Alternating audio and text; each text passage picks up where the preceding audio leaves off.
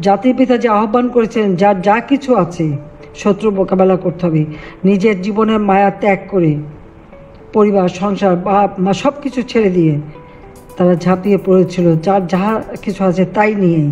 প্রধানমন্ত্রী শেখ হাসিনা বলেছেন, বিভিন্ন সময় মুক্তিযোদ্ধাদের অসম্মান করা হয়েছে এবং তারা তাদের সুযোগ সুবিধা থেকে বঞ্চিত হয়েছেন। আমি চাই যুগ যুগ ধরে দেশের মানুষ মুক্তিযোদ্ধাদের সম্মান দেবে। মুক্তিযোদ্ধাদের সব সময় সর্বোচ্চ সম্মান দিতে হবে।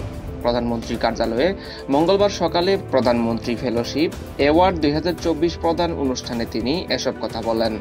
শেখ হাসিনা বলেন, লাখো শহীদের রক্তে অর্জিত স্বাধীনতা কখনো ব্যর্থ হতে পারে না। মুক্তিযোদ্ধা যে দলেরই হোক, তাদের সব সময় সর্বোচ্চ সম্মান দিতে হবে।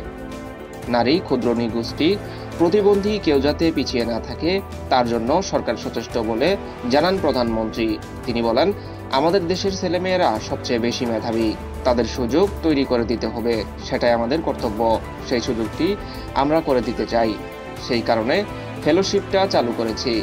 প্রধানমন্ত্রী বলেন, আমি জানি হয়তো অনেকে আমাদের দলের সমর্থনে নাই, অন্য জায়গায় চলে গেছে, বা অনেকের অনেক কিছু থাকতে পারে। যে যেখানে যাক সেটা আমার বিবেচ্য বিষয় না।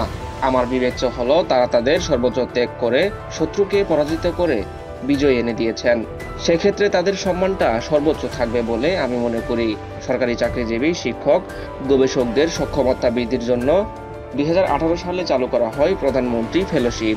এর আওতায় 2024 সালে 37 জন মাস্টার ফেলো এবং 11 জন পিএইচডি ফেলো আমেরিকা যুক্তরাজ্য, অস্ট্রেলিয়া সহ বিশ্বের শীর্ষস্থানীয় বিশ্ববিদ্যালয়গুলোতে উচ্চশিক্ষার সুযোগ পেয়েছেন। মঙ্গলবার সকালে নিজ কার্যালয়ে প্রধানমন্ত্রী শেখ হাসিনা তাদের ফেলোশিপ অ্যাওয়ার্ড প্রদান করেন।